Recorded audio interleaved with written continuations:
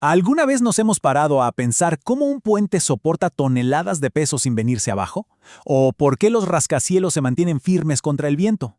Bueno, en esta sesión vamos a meternos de lleno en los secretos del análisis de estructuras, una de las herramientas más potentes que tiene la ingeniería. Todo lo que vamos a ver está basado en el excelente material de cátedra del ingeniero Freddy Orellana. Así que, ¡arranquemos! Miren, estamos rodeados de estas obras de ingeniería impresionantes. Pero el verdadero desafío, el trabajo del ingeniero, es entender esas fuerzas invisibles que están actuando por dentro y que garantizan que todo se mantenga en su sitio. Y eso es, precisamente, lo que vamos a explorar hoy. Aquí tenemos nuestra hoja de ruta para hoy. Empezamos con lo básico, luego nos sumergimos en las armaduras y sus métodos de análisis. Después, veremos qué diferencia a los marcos y las máquinas y cerramos con algunas aplicaciones. Entramos a la primera sección. Vamos a empezar con ese gran desafío que todo ingeniero estructural tiene que enfrentar y dominar. Esta pregunta es, en esencia, el corazón de la estática. Para poder garantizar esta seguridad y estabilidad, usamos el análisis estructural. Pensemos en él como un conjunto de herramientas matemáticas que nos permite predecir si una construcción va a aguantar o no todas las fuerzas a las que se va a enfrentar en su vida útil. Muy bien, ahora vamos a hablar del componente quizás más fundamental y eficiente que encontramos en muchísimas estructuras: la armadura. La definición es clave, así que vamos a desglosarla. Una armadura está hecha de elementos rectos, como si fueran barras, que se conectan solo en sus extremos. Y fíjense en la forma: triángulos. Esta configuración triangular es increíblemente fuerte y estable. Por eso es una solución tan genial y económica en ingeniería.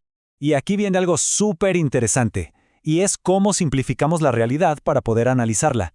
A la izquierda vemos una unión real, toda robusta con sus placas y remaches. Para nuestros cálculos, la idealizamos, la convertimos en un pasador perfecto, sin fricción como se ve a la derecha. Esta suposición es fundamental para que el análisis sea manejable. Para que todo esto funcione, nos basamos en unas reglas del juego. Son nuestras suposiciones clave. Primero, cada barra es un elemento de dos fuerzas, o sea, las fuerzas solo actúan en sus dos puntas, nada en el medio. Segundo, todas las cargas de afuera se aplican en los nodos, en las uniones.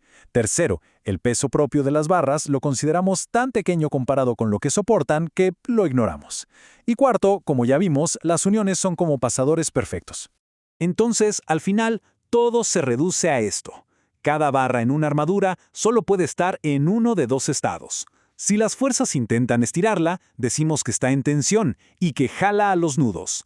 Por otro lado, si las fuerzas intentan aplastarla, está en compresión y empuja a los nudos. Nuestro objetivo como analistas es descubrir cuál de las dos cosas está pasando en cada barra. Bien, entonces, ¿cómo calculamos exactamente esas fuerzas de tensión o compresión? Para eso, tenemos dos herramientas principales en nuestra caja de herramientas de estática. La elección del método depende de lo que necesitemos. Si la misión es encontrar la fuerza en todas y cada una de las barras de la armadura, el método de los nodos es el camino. Es minucioso, vamos nudo por nudo. Pero, si solo nos interesan un par de barras específicas, el método de las secciones es muchísimo más rápido y directo. Es como un atajo quirúrgico. El método de los nodos es muy sistemático, como una receta. Primero aislamos un nudo y dibujamos su diagrama de cuerpo libre, que es básicamente un mapa de todas las fuerzas que actúan sobre él. La clave es empezar por un nudo que tenga como máximo dos fuerzas desconocidas. ¿Por qué? Porque solo tenemos dos ecuaciones de equilibrio. Resolvemos y con esa nueva información saltamos al siguiente nudo. Ahora, el método de las secciones.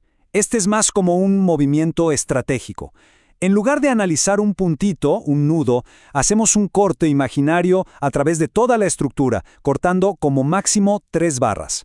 Al hacer eso, las fuerzas internas de esas barras quedan expuestas, y a esa sección cortada le aplicamos nuestras 3 ecuaciones de equilibrio, incluyendo la de momentos, para resolver directamente las fuerzas que nos interesan. Esta imagen lo muestra perfecto.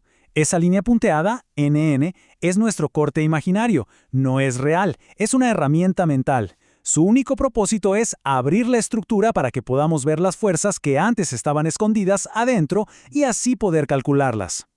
Y una vez que hacemos el corte, nos quedamos con una de las dos mitades, en este caso la de la izquierda. Aquí está la magia del método. Las fuerzas que antes eran internas, FBD, FBE y FCE ahora actúan como fuerzas externas sobre nuestra sección. Y como ya son externas, podemos aplicar las ecuaciones de equilibrio y, listo, las encontramos. Pero claro, no todo en el mundo de la ingeniería son armaduras simples.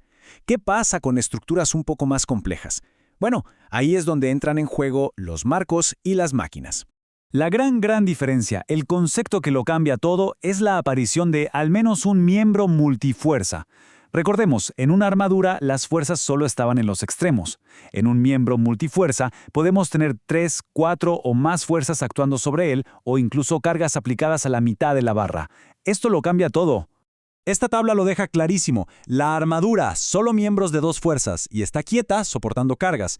El marco también está quieto y soporta cargas, pero tiene por lo menos un miembro multifuerza. Y la máquina también tiene miembros multifuerza, pero su característica distintiva es que tiene partes móviles. Su función no es solo soportar, sino transmitir o modificar fuerzas. Entonces, ¿cómo le hacemos para analizar un marco? La técnica principal es desmembrar la estructura, o sea, la separamos en sus diferentes componentes como si fuera un set de Lego, y le dibujamos un diagrama de cuerpo libre a cada pieza. Esto nos permite ver las fuerzas de interacción en las uniones y aplicando equilibrio a cada parte por separado, podemos resolver el rompecabezas completo. ¡Excelente! Ya casi llegamos al final. Ahora vamos a consolidar las ideas más importantes que hemos visto hasta ahora. Esta frase es oro puro. Al desmembrar un marco, es vital recordar la tercera ley de Newton, acción y reacción. La fuerza que la pieza A le hace a la pieza B en una unión es exactamente igual en magnitud, pero en dirección opuesta, a la que B le hace a A. Tener esto claro es la clave para no cometer errores. Y para cerrar, una pequeña reflexión. Ahora que se tienen estas herramientas conceptuales, al ver un puente, una grúa de construcción o hasta una simple silla, ¿cuál sería esa primera estructura que despertaría la curiosidad por analizar? Pensar en ese proceso, en cómo lo harían, es el primer gran paso para realmente dominar estos conceptos. Y con esa idea en mente, concluimos esta revisión conceptual basada, como dijimos, en el material del ingeniero Freddy Orellana. Muchas gracias por la atención.